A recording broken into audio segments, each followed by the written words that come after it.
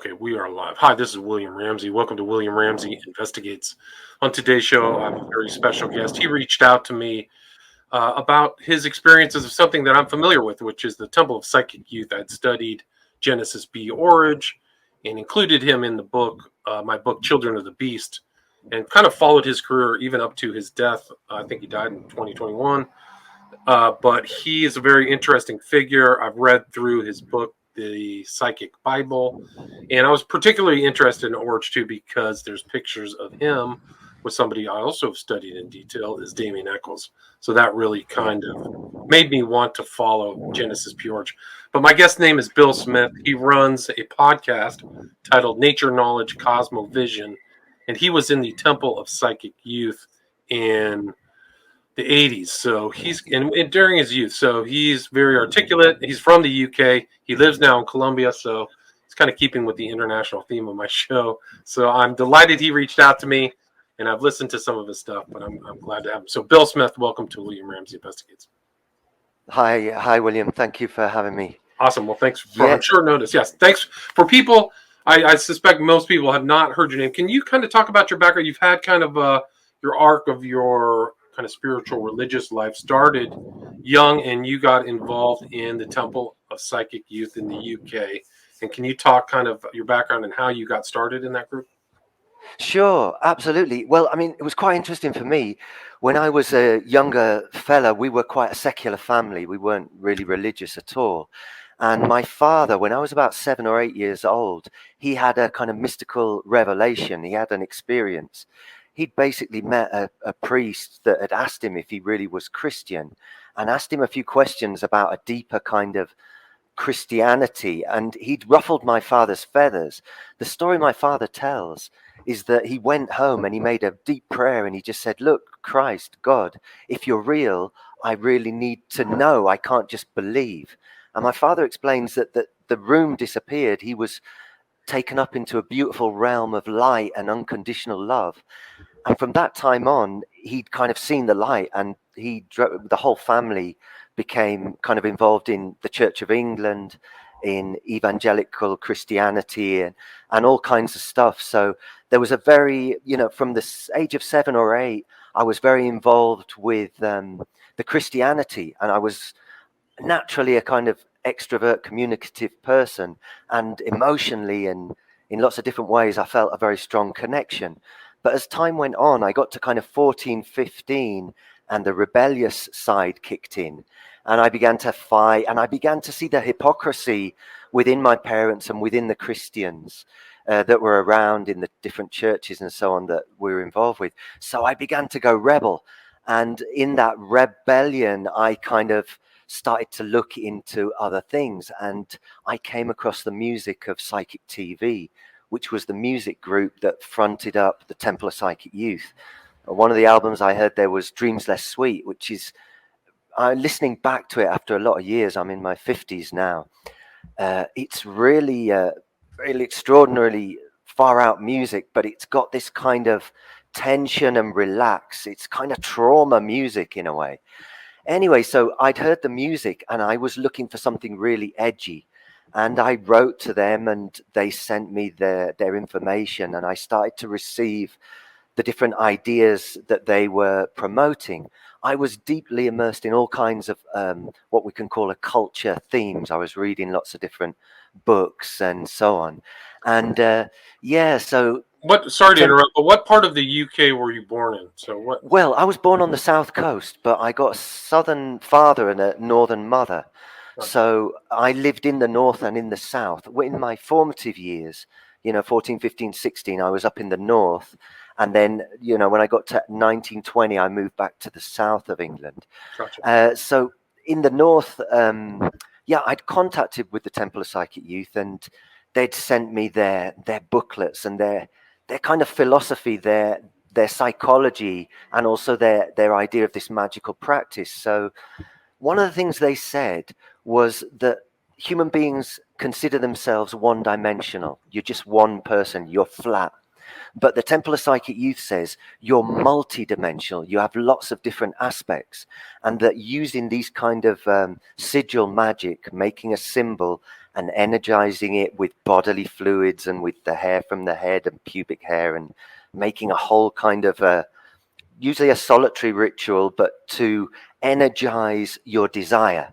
And basically, it's the same thing that we hear from Crowley and with the Church of Scientology. What is it you want? Do what you will. Find out, what your desire is. And then this idea that society is always controlling sex and sexual energy, and that the revolutionary sort of psychedelic, edgy characters that were in Temple of Psychic Youth were about breaking through that control system, kind of cutting through the control. And so, I began So to. that was the beginning. So you are the classic member of that group who was mail order, mail only, kind of at the beginning, sending mail back and forth, because that was kind of the pre-internet time, right? Yeah, that's right. It was all done mail order, and you'd buy the little booklets, and they had video material and different stuff. So they were sending me that material. The Grey Book was one of their kind of manifestos, and I was also looking into a lot of occult themes. I was really interested in all that, and so this thing about the sigil magic, or this idea that by fertilizing this kind of desires or images, you can achieve something from the subconscious. And obviously they said they were a neo-pagan group. They had no recourse to gods. It was basically all your mind, and it was all about you being super powerful. They kind of had that whole thing of nothing is true, everything is permitted, Right. and fear no absolute, which all seemed great to me at the time. But as the time progressed, I began I made a journey, basically, after a couple of years of being in contact and following some of the ideas and practicing some of those rituals on my own. And also they asked you to send those sigils in, which, from so many levels, is just really, really quite a disgusting and horrible thing. But obviously, you're 16, 17, you don't really think about it in terms of DNA, the blood, and your bodily fluids and so on. So to become a full member of the Temple of Psychic Youth, you had to send in 23 sigils that you did at the 23rd hour on the 23rd of each month. Well, I did about 4 or 5 of those sigils and sent them in.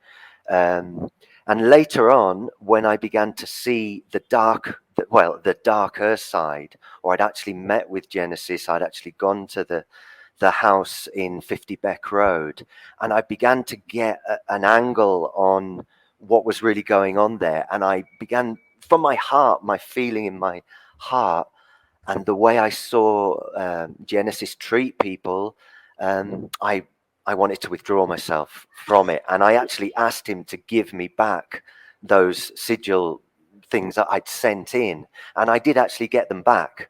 And I did another kind of ritual to disconnect myself from all that. But you were kind of in the group for years, right? At least maybe not at their main headquarters in London, but... No, yeah. Basically, the group, it was done, everyone was kind of solitary, really. But there would be concerts, or there would be meetups every now and then. So I guess from 16, 17, 18, 19, I was involved for about 4 years. And maybe that came to a peak when I was about 17. I went down to an event that was organized in London, and I met some of the inner circle people. And I got invited back to there was their house, the Topi house. It was in Hackney, right? Hackney. Right. Yeah, 50 Beck Road. It was a squat, an ex-squat that they'd taken over. And the thing there that I really I noticed, straight away when I met Genesis. Genesis was kind of he was a bully, and he was quite. It was strange because when I first met him, I was with some other friends there that were homosexual. And one of the first things he said when he saw these guys, he said, "Oh, so you like to stick it up each other's, you know what?" But in a very kind of crude, his whole way was very kind of snidey and bullying. And I was very young at the time, and I had him on a pedestal. I considered And the other people in the group actually laughed at me and mocked me when I expressed something like, wow, Genesis is really great. So there actually was Interesting. an anti-cult element within it, even though it was obviously a cult. And nobody called him his real So I name, was right? discouraged from Right. Yeah, nobody no, called him no one called Neil. him Neil Neil Neil Megson. Smegley. Megson, or his real name was Yeah, Neil Megson. Yeah. So yeah, was I he think cross Megs, yeah. dressing, or was he like involved in the whole transformation into some other gender at that time? I don't think he was he? No, well, there was none of that. And I mean, interestingly enough, I actually read an interview with his ex-wife, with Paula, and they asked him if he'd had any gender issues. And she said no, he'd never had any gender issues, but he was very emotionally messed up.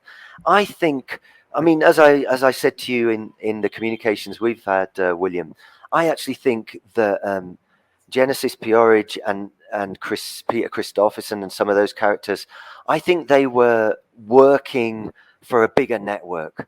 I think they were working for like uh, the elite satanic kind of underground. I think they were kind of lifetime actors, and I believe the fact that he went into the whole transgender in his later life was because that was the agenda that was being pushed, Hmm. and so I think he just went into that. Uh, So did you meet Peter Basically, Christopherson? yeah. Oh, so you knew Christopherson too. No, he was out of the group by that time. Oh, They'd split up at that point. But there was quite a lot of homosexual kind of those high level of homosexuals, like that were obviously upper class people that had come from the higher levels of society. And I think I can't remember if I mentioned it when we were talking before, but one of the Psychic TV concerts I was at, I actually went on stage, in a loincloth, body painted, at a concert they did at the Astoria. And I remember being on stage and looking at the crowd of all the usual kind of fans of Psychic TV, punk, gothic kind of characters, and then looking up at the balcony, and there was all these people in tuxedos, very, very elegantly dressed with bow ties, and I remember thinking that's really strange. So there was definitely compartmentalized levels of things going on around the group. interesting. Um, And did you yeah. have any relationships when you were kind of a member of Topi? Were you involved in any other occult groups? Because my understanding is that he was involved in a lot of other stuff.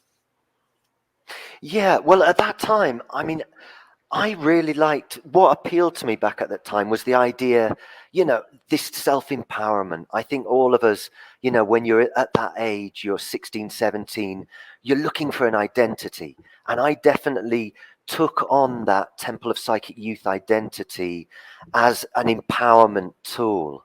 I'd read Crowley, I'd looked into the whole kind of thing.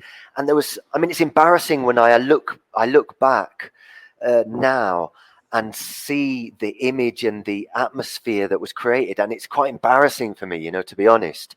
And I wonder about myself back then. And obviously, the work I did subsequent to being in the Temple of Psychic Youth was basically dealing with some of the trauma, self trauma that I'd put myself through in that whole ethos of pushing through to the other side. So no, I wasn't involved with any other official occult groups, but I definitely had a little group of friends, and we were doing our own rituals, and it was very much kind of self-empowerment, everyone being their own little guru or their own little sort of self-empowered person. Yeah. Did you feel like you were part of kind of a militant group, because that was supposedly their method of clothing and wearing their kind of hair monastically? You're supposed to shave your head and then have a long Yeah. thing. Did you Yeah, go that far? definitely.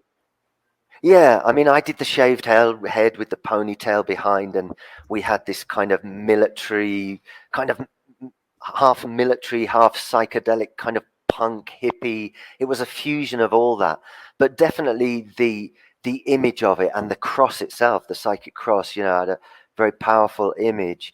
So, yeah, yeah, definitely. So you That definitely that were was walking definitely around in that stuff, yeah. promoting. And I was preaching it, you know. I mean, I guess the thing about me and my personality, and we'll get to that when we lead to what I got into after Temple of Psychic Youth. But when I was a Christian from that sort of 7, 8, I was a little preachy Christian. I was somebody who always wanted to communicate and wanted to impart whatever I was into, you know, to others. So I was definitely transmitting the Temple of Psychic Youth message. And about these, the sigil magic, I've also had experiences. Certainly one of those sigil magic rituals I did produced a result. I made one of those magical rituals for a woman, and it wasn't a specific woman, but it was the kind of woman I wanted. And I made that ritual and I forgot about it. And then a number of months later, I met a woman who basically, on first sight, when she saw me, she made a beeline for me. And she was the kind of woman that fitted what I'd wanted with making that ritual. And she stayed with me. She was my girlfriend until I arrived at the understanding that I didn't want to be part of the Temple of Psychic Youth, and I withdrew from all of that dark side stuff. And when I started to do that, she broke with me. It was very clear that I knew kind of intuitively that she'd come to me as part of that magical thing I'd done, but she was working for that side, you know, the negative side. And that when I started to understand and go to a more positive side, she didn't want to go there. So I kind of have this understanding now with my 52 years of experience that God and the devil, they pay you, you know, like depending on who you're serving, you know, what forces you decide to serve, they give you rewards for that. And of course, we know from the Christian point of view that Satan is the Lord of this world. You know, like when Jesus was in the wilderness and he said, you know, bow down and worship me and I'll make you king of everything. And Christ said, you know, get thee behind me, Satan, so on. Well, it's because those forces or that force of opposition to goodness, to truth, to morality, to love, to the notion of an absolute, to healing and goodness, is what rules our world. And so it seems to me that groups like Topi and I mean, we obviously live in an ambient, in the ocean of a culture, really. It's what is ubiquitous. It's everywhere, you know. Yeah, it's everywhere. If you really put your lens on to see it, you're swimming in it. Yeah, swimming in it. Yeah, indeed. Indeed. It's really the background of the world power, how groups come to power, but it's all secretive. So you have to kind of look behind the curtain. Did you ever meet John Balance or David Tibet? No, I never did. And I mean, I actually had quite an affinity for David Tibet's music, you know, his Current 93 and that very kind of poetic, kind of emotional side of things. But I had a friend who met Dave Tibet, and one of the things he said to me was that he was like a nasty bully, upper class prefect boy, you know, that they all really had that kind of angle. And that's the interesting thing, because one of the things I naively thought when I first had contact with the Temple of Psychic Youth and I saw the videos they put out, there was a video called First Transmissions that had some videos there called Temple of Psychic Youth Rituals, which had a lot of emphasis on kind of sadomasochistic. It was kind of like hardcore pornography, but with a sadomasochistic angle. Bloodletting. I remember when I would be bloodletting, right? Yeah, bloodletting and kind of a sadomasochistic thing. But I remember naively thinking, oh wow, these people must have a lot of love and trust to be able to do that kind of thing with each other, you know. But when I got closer in, and this was another point I wanted to mention, the room that they did their rituals in was called the nursery. And I remember hearing about a group called Genesis. There was a group that Prince Charles liked. You remember the Genesis group? The band, yeah, absolutely. Mm-hmm. Yeah, the band. And their first album, apparently, or one of their early albums, was called Nursery Crimes. And I remember reflecting after I got away, got disconnected myself from the Temple of Psychic Youth thing. and thinking, right, strange that they used this term for their ritual room. It was the nursery. And again, as you said, you've read the Psychic Bible, and in there he said that a lot of the young people that were in the group had been sexually abused. So there was something in that whole, that whole Right, thing. very dark, like a And mean kind of sadomasochistic undercurrent. But if you look through yeah, the Psychic Bible, there's literal pictures of guys being tied up, hanged on wall with masks. I mean, yeah, stuff from the exactly. I think that's mainly Genesis, because he was a masochist, and he was a sadist, and they seem to go together. But one of the things I would say, okay, and this all comes in my later discoveries, because when I got out of the negative side of a culture, I came across what I consider to be the positive side of a culture. And basically, one of the things that was explained in those teachings is that the dark side of the occult always seeks to um, glorify pain, to make a mysticism out of pain. And there seems to be something to do with mind control and the programming that was done in the public elite schools in England. I remember your interview recently with the guy on Dutton. Churchill. Yeah, Dutton. Yeah, that was done in order to train the top people in society. Those that were going to be the leaders of society had to be put through. It's a certain kind of submission Yeah, that leads you to also be a dominant. So right. It's like a trauma-based mind control, but kind exactly, of 19th century form. Yeah. exactly. And You so there seemed to traumatize be, people too, they become much easier to control because they come out of the trauma submissive. And so yeah, in those elite schools, you torture them, everybody sees somebody else getting tortured, they're compliant, they're submissive, and they learn. And then they exactly. expand the empire. That's the whole goal. Yeah, and then you going through that, by going through that, you get the opportunity to do it to the lower downs, or the younger boys below you, and so on and so forth. Hey, it's not much that different here in the States with the elite kind of schools here.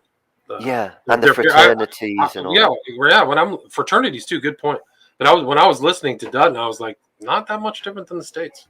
Maybe Yeah, not as brutal, but yeah. similar Anyway, to. yeah, so the other thing, I met another friend who had been connected with Temple of Psychic Youth, and I think this is an interesting story because it kind of shows how the public image, what I basically realized was that it's, even if you're a group like Psychic TV that was apparently underground, there's no way that you get on all the main TV shows. There's no way that you get into the music press. There's no way that your music gets worldwide distribution unless you're sanctioned from above. This whole thing that culture is too important for those who really control society to let it just happen. Right, good So point. it's always a top-down thing. But I met a friend of mine. I was a guy that I knew back in the day, and he was a very handsome young guy. And I noticed he had this really big scar on the side of his face around his mouth. And I said, "Oh, how did you get the scar?" And he said, Genesis P-Orridge broke a bottle and stuck it into my face, jabbed him in the face with a broken bottle. It turns out that when he was living on the south coast down in Brighton, they had an open relationship. I think they were very promiscuous. They were obviously involved in sadomasochism and all that kind of stuff. To be honest, Paula P-Orridge was a very sweet person, kind of very empathetic kind of person, as you'd expect. Uh, I think she'd been picked up by him and enticed into being with him for the fame and there was a deal there. Like that phrase, your teeth fit my wound. There was some kind of deal there, obviously, and he had the two daughters with her.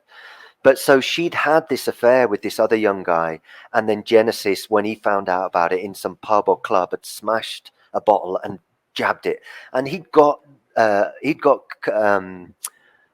done for grievous bodily harm. It had gone to court, and the Oh, guy that I knew and all of that kind of things had been hidden away from the public image.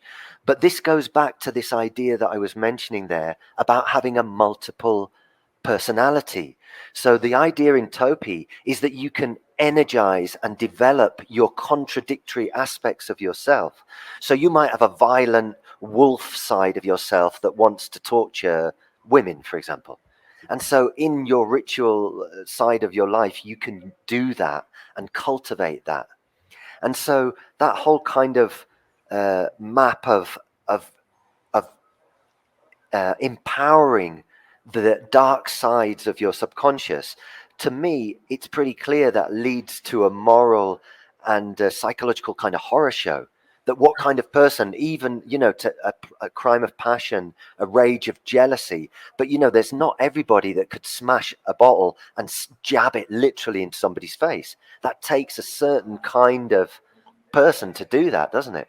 Yeah, but it's like you're creating a schizophrenic personality, a two-sided Jekyll and Hyde personality instead of one holistic, integrated personality. I think that's pretty dangerous. I mean, did you ever see any? I mean, he had some kind of relationship with Anton LaVey at some point, right? He was in the song Joy. Did you ever see Yeah. LaVey and stuff while you were? No, I mean, I was quite surprised to find that out afterwards when I kind of dipped back in and listened to what he was talking about. And he said about being involved with that. And so, that when I heard that, it kind of made me think, oh, yeah, of course. There is a link there. There is a global network at different levels of those people that are serving Satan. They're serving the dark side of the agenda. And I think they get empowered and they get made famous and they have all that. I mean, you're asking about the militant and the subversive part, and I just remembered one thing. One of the things that we all knew, the little gangs of people that were involved in Temple of Psychic Youth back in the 80s, was that if you were in contact with the Temple of Psychic Youth, you were on the subversive list. And I remember we used to consider that to be a badge of honor, like, yeah, cool, I'm on the subversive list. And so there's a little audio there, an interview with Genesis P-Orridge. You can find it on YouTube with this Canadian guy, Nardvark. And he asks Genesis P-Orridge if it's true that Peter Christopherson parents knew the Queen.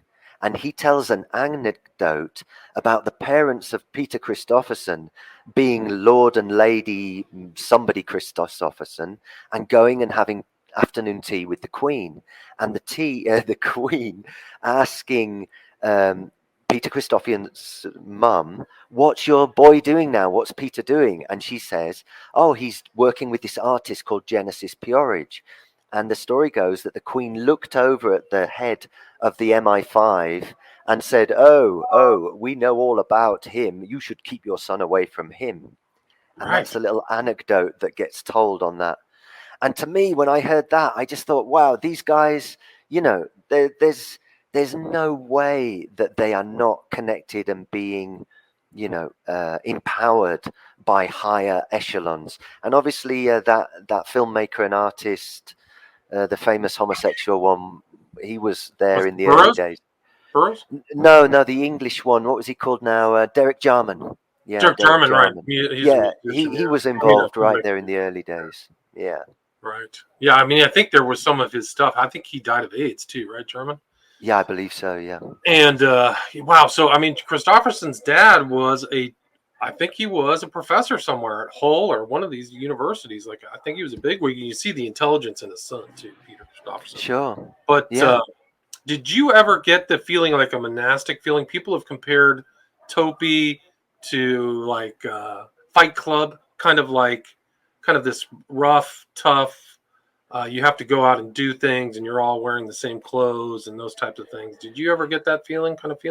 Yeah, a little bit, but like I say, I mean, the whole the whole culture back in those times was really crazy. I mean, if you imagine, and I talk about this on my podcast, the whole kind of social fabric of the mid 80s to the 90s, there was really lots of breakdown in society.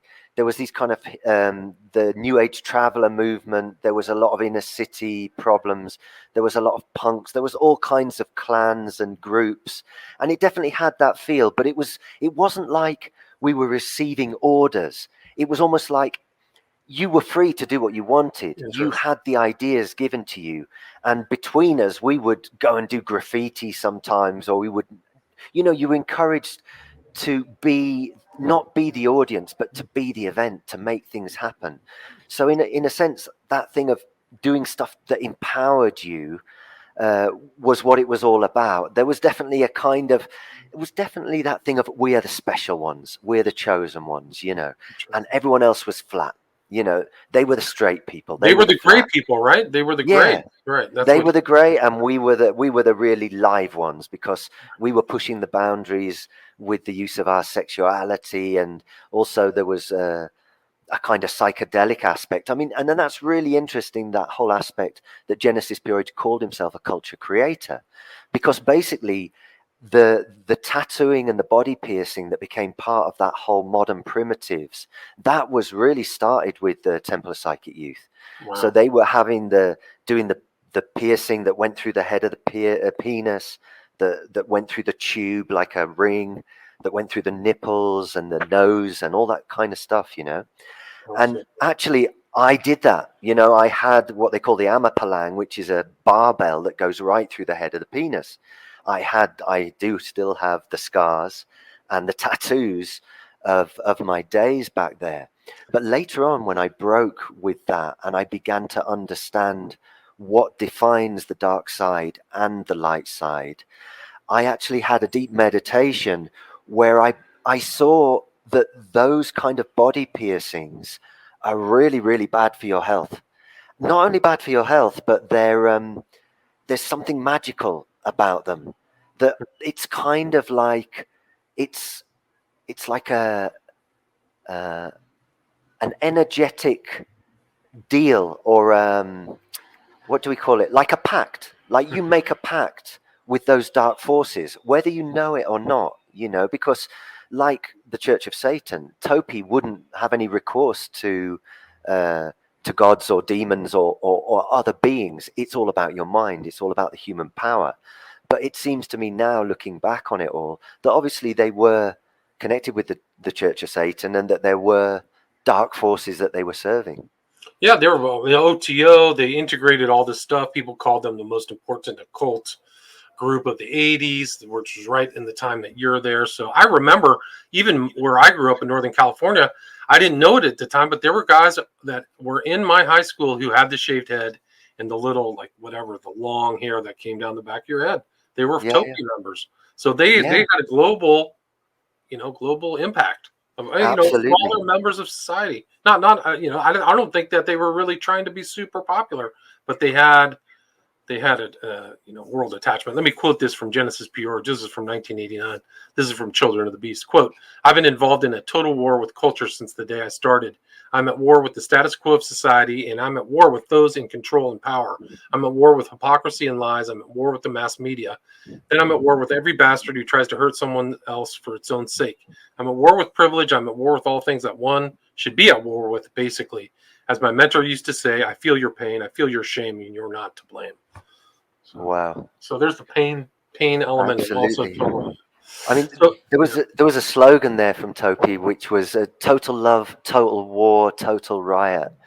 And recently, I reflect on that, and I think the total war is against the human values and the human spiritual values, the human moral values. And I think that war he was talking about, I think they were from the establishment. I think the establishment empowered them to look like they were at war with, like it says there. But actually, I believe they were serving the system. wow, interesting. And do you ever? I mean, you left before, but they got raided, and he came to the States and lived the rest of his life in New York City. Did you ever hear about the raid or any of the Yeah. stuff? Well, I knew them around that last stage, Okay, and yeah, I mean, I just remember that Genesis saying that they saved him storage. They saved him from paying for storage. Apparently, they raided and they took all the contents, pardon me, the house content, video, all the stuff that they had there. And they were actually in Nepal at that time, and then they went to the States.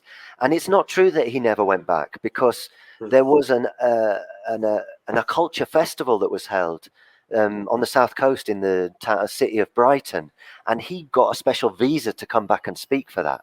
interesting. So that also makes me think that, and that was the other thing I was saying to you before we started the recording. I think that the Temple of Psychic Youth, looking back now, I think it was a recruiting ground for people who were movers and shakers and who could have influence in society. And I think it was used to recruit those people. I think it was used to propagate the dark side of occult knowledge and to lead people into all the traumas and problems that occur from entering into those kind of practices.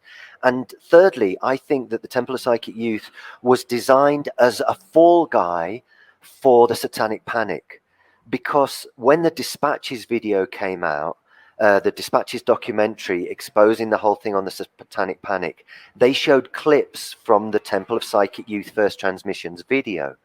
And later on we found out that Channel 4 had actually been involved with the recording of that video. So that, and how could they not know that the video that they were showing clips on, and then later that was used to completely discredit what I believe was actually going on, you know, with the likes of Jimmy Savile and all that we know about, you know, the moral depravity of the royal family and the ruling elite in general and their predatory nature. So it seems that it was functioning on a lot of different levels. Did he ever have a job? I mean, how did he make money? How did they survive financially? Well, I think no, I mean, he seemed to be doing that, you know, he seemed to be doing that. He seemed to be, you know, they received donations from people and they made music touring, and he would do guest music for other bands and for different performing arts and so on. He seemed to be, I mean, like that other guest you had on, the guitarist, the Californian psychedelic guitarist that was played in Psychic TV for a while. He said they always seemed to be skin. Now, maybe it was true, you know, maybe they were doing it for love, but, you know, I think it seems strange to me. I think if they were really serving the dark side of the force as they were, it seems strange that they didn't have more money or more resources. Right, interesting. How big do you think the group was when you were in it? Well, it was hard to know. I mean, I think, you know, certainly in the thousands, but it wasn't until there was a concert or until there was another event. There was nothing like, you know, kind of big group rituals or people being kind of coerced into things like that. No, it was very much small groups of people in different parts of the country, and it was that kind of mailing in and having communication, and then the concerts were a kind of point of contact, and from there it went on. But one of the other reasons that I kind of, in my heart, in my emotional side, there was a girl there who was very close she lived in the house, and she was like the unpaid nanny. And I remember when I was involved and I lived in the same town as they did for a while, and I saw them a bit more regularly, that something had happened and she was treated really, really cruelly. You know, she was helping as a nanny and she was obviously part of the group and quite close. And I remember that there was a lot of,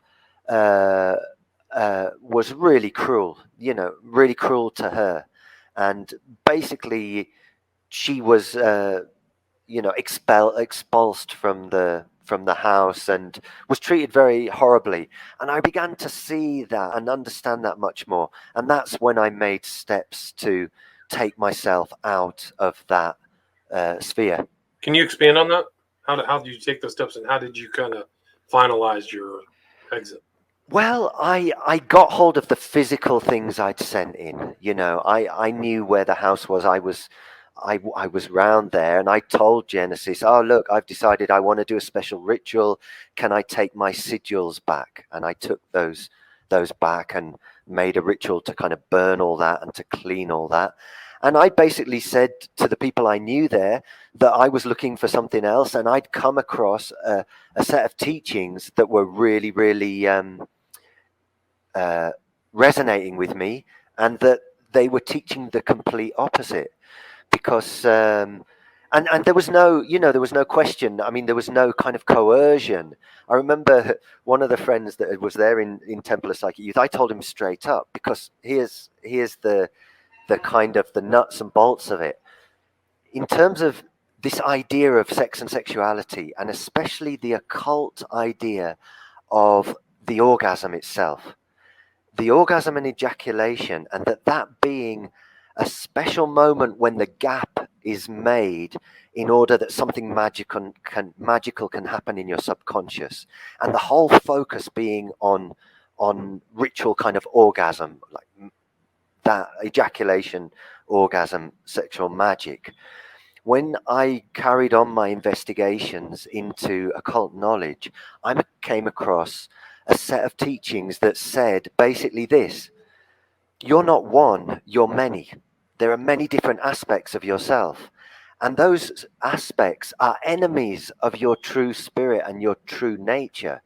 Those multiple parts of yourselves are basically heads of the seven capital sins. So they're living psychological aggregates that represent lust and pride and anger and greed and all the vices. And that teaching said that the sexual energy, and especially the semen, the sexual energy in the male and the female, is absolutely sacred because it's creative, because it is life itself. With only one sperm, you can create a child. Yet with an ejaculation, 500 million or 300 million sperms are released. So like we hear in these tantric teachings, in ancient India, in Buddhism, and actually in some of the ancient Christian mysteries, there's this idea that the sexual substances can be transmuted or transformed. And so the idea in this teaching that I found subsequently was not to ejaculate the semen, that the semen and the sex should be used in love with one partner, and that the semen itself could be transmuted and used for the regeneration of the physical body, for the development of spiritual faculties, for kind of lots of health and positive aspects. And so when I received that second teaching, which came out of this whole Gnostic current of ideas, I remember looking and going, wow, I've got like the two extreme polarities, the right and the left hand path. And basically, with this idea in the right hand path, that the sexual energy was really important, but it could be used to bring about a unity or a transformation, a mystical death of your vices, and an internal birth of your Christ consciousness or your Christic virtues, in comparison to the ideas in Topi that you're basically fueling your multiple demonic aspects of yourself.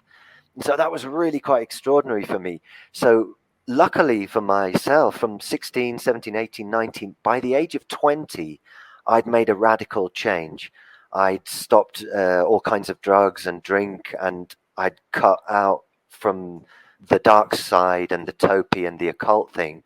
And precisely at that point in my life, I came across these Gnostic teachings that were speaking about the use of sacred sexuality, the idea of knowing yourself and deeply facing your inner contradictions and the inner enemies, the parts of us that vibrate with that satanic or oppositional energy. That's the opposite of what they were teaching in Topi too. Right? Yeah, exactly. So, and Completely the also for opposite. people who don't know, You're Genesis. quite low there, your volume, Bill. Oh, William. sorry. Can you hear me now? Yeah, maybe a Okay. little. You seem quite low for some reason. Oh, so I was looking away when I was talking. Sorry. One of the things that's the opposite of what they were teaching in Topi, and also, P-Orridge was eating his semen from an early age. So he had some kind of weird paraphilic thing about his semen, about semen eating and stuff like that. So not a normal guy. Can you talk about how you kind of moved away from the philosophy of Topi into this esoteric Gnostic view of Christianity? Yeah, I mean, basically, it was a gradual process. I mean, I think there were certain things I had to do, and that was I realized, and also that the whole ethos around the Topi kind of idea, there was a lot of alcohol abuse, there was a lot of drug abuse, there was all kinds of things going on with those kind of people, those subversive people. And so one of the first things I did was I changed my life. I stopped engaging in all substance abuse. And instantly, my peer group changed. A lot of people that I knew that were happy when I bought the beers round or when I bought the marijuana round and all that kind of stuff disappeared out of my life. And I began to meet other kinds of people. We called ourselves the straight edge guys. So we were investigating meditation, we were doing Tai Chi, yoga. I was starting to do lots of saunas and purification. So I was basically looking after my health physically and also exploring spiritually, because I had definitely felt that I had done myself some damage by the kind of Topi magic that I'd been involved with.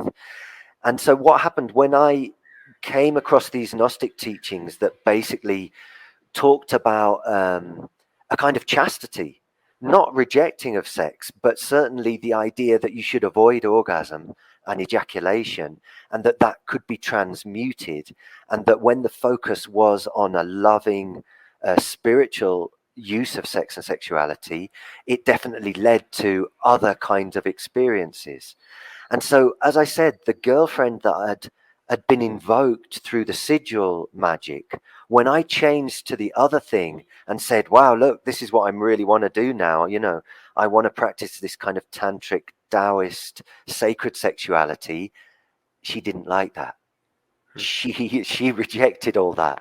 And we actually got married because she was my girlfriend wife during the transition. And so I got really enthusiastic about this idea of the alchemical wedding, the whole idea of this magical, loving, sexual kind of spiritual path. And I asked my girlfriend that had come through the Topi thing to marry me in my youthful enthusiasm. And she said yes, because, she was really into me. But then when we got married and we were in that first year and I was getting more and more dedicated to the positive side of the occult teachings, she said, no, this isn't for me. And so I kind of realized that she'd come to me through that dark magic, and that was what she was for, that she wouldn't be she wouldn't help me if I wanted to go in the right hand path, in the path of purification. And so it was quite painful, it was quite emotional, but I did know it was a kind of test for me. So I let her go. We split, and she actually had a bit of a crash and burn after our relationship as well, God bless her. And I carried on, and I was 10 years very committed to those teachings. I did a training to be a teacher within that Gnostic tradition, and really dedicated myself to working for what I consider to be the positive side of the occulture knowledge. Right, and so that puts you like around 30, and so you kind of have experienced some of pretty heavy occult stuff, like being in Topi just by itself. I mean, you're going to kind of expound on your knowledge in this podcast, right? That you're working on. Yeah, that's right. I've just got the first hour up there, which is kind of telling my life story. I'm also somebody who really loves telling stories. I'm into traditional spoken word storytelling, like folk tales, mythologies from world religions. I love to sing. I play music, so it's going to be quite a fun podcast as well. I just got the first episode up there. It's a kind of me talking around these themes, stories of my life. I sing a song. I tell a couple of folk stories. And I'm going to carry on. So I've just got the first hour and 15 minutes up there. But as time goes on, I'll put up more. What's the name of it again? It's called Nature, Knowledge, and Cosmovision. Right, with Bill Smith. Your name is on there. So you can go to Spreaker right now and type in Bill Smith, all one word, all together, or Nature, Knowledge, Cosmovision, and listen to his stuff. Do you have some time to take a few questions? Yeah, sure. Okay, let's see. Let me go back up, scroll back up here. Did you have any experience with modern theosophical society type people? Yeah, I definitely. I'd studied the theosophical stuff, and I'd met a lot of people when I was in the Gnostic circles. Absolutely. There's all kinds of people there, there's they tend to be the theosophical groups, in my experience, tend to be rather dusty older people who are very intellectual with very little kind of practical application. That's my experience. Gotcha. And did you ever come across the Process Church when you were involved in Topi? Because I know No, that P-Orridge was definitely involved in the Process Church. yeah, I mean, I understood looking back that, he was in this thing called the Exploding Universe in London, and he had obviously had contacts with all that back in the 60s, but that was not really mentioned. It was not really anything that was brought up when I was involved with Topi or when I met Genesis P-Orridge. No. Because here, there's pictures of him doing process rituals. There's pictures of him together with some of these other process characters, fairly recent ones. So I know he was in the States, no doubt. Yeah, I'm sure. I'm sure. Um, let's see. The early ONA had some involvement with Topi. Does Bill know anything about that? Have you heard anything about the Order of Nine Angles? Well, only from listening to your investigations, I've heard. But to be honest, I think if there were darker, heavier things going on, and as I said, there were different points in certain events when I saw kinds of people that made me think, wow, what are those people doing there? And I remember there being kind of these kind of higher society people and certain people being around those events. So I can imagine looking back that there were maybe really, really dark and ugly things, sacrifice, and who knows what going on under the surface or behind with the deeper people there. But at the level I was never aware of that. No. And was your kind of straight edge times, was that any relationship to kind of what was happening in the States? Coast American punk straight edgers? Yeah, I mean, there was some kind of Krishna devotees that were straight edge, wasn't it? I mean, maybe we'd heard the name from that. So, I mean, we called ourselves straight edge because we'd go out to the parties and we'd go to concerts, and we were a little group of guys. We were playing music, but we wouldn't drink, we wouldn't smoke, we wouldn't take any drugs. We were practicing Buddhist meditation and doing yoga and Tai Chi. So we called ourselves straight edge. Gotcha. And people, if they want to reach out to you, Bill, they can do it through the podcast, right? Nature, Knowledge, Cosmovision. Yeah, absolutely. I'm not sure if I've actually put my email on there, but my email is Gnostic Occulture Quintero at protonmail.com. And that's capital G for Gnosis, capital O for Occultura, and capital C for Quintero, which is a Spanish word for storyteller. So the Gnostic Occulture storyteller or Quintero. But I will put that on. I don't think it's actually on the Nature Knowledge Cosmovision podcast page, but I'll put that up there in these days. So people are welcome to reach out. And I'll put it in the show notes as well, so people can see the show notes on YouTube or any other podcast, anything. Is there anything you'd like to add or anything? I mean, I think we covered a lot. Do you want to add anything or anything I missed before we wrap it up? No, I think we covered quite a lot there. Just to say, I like at the end of my podcast, I always say, this phrase from Buddhism, which is, may all beings be happy, may all beings be joyful, and may all beings be in peace. So maybe I can end just saying that. And God bless you, William, and thank you for hosting me. My pleasure. It's great to have you. Thanks for reaching out. Again, name is Bill Smith, and podcast is Nature, Knowledge, Cosmovision. Check it out. Thanks so much for your time. Appreciate it. Thank you. Thank you, William. Stay there. All right, cool. Stay there.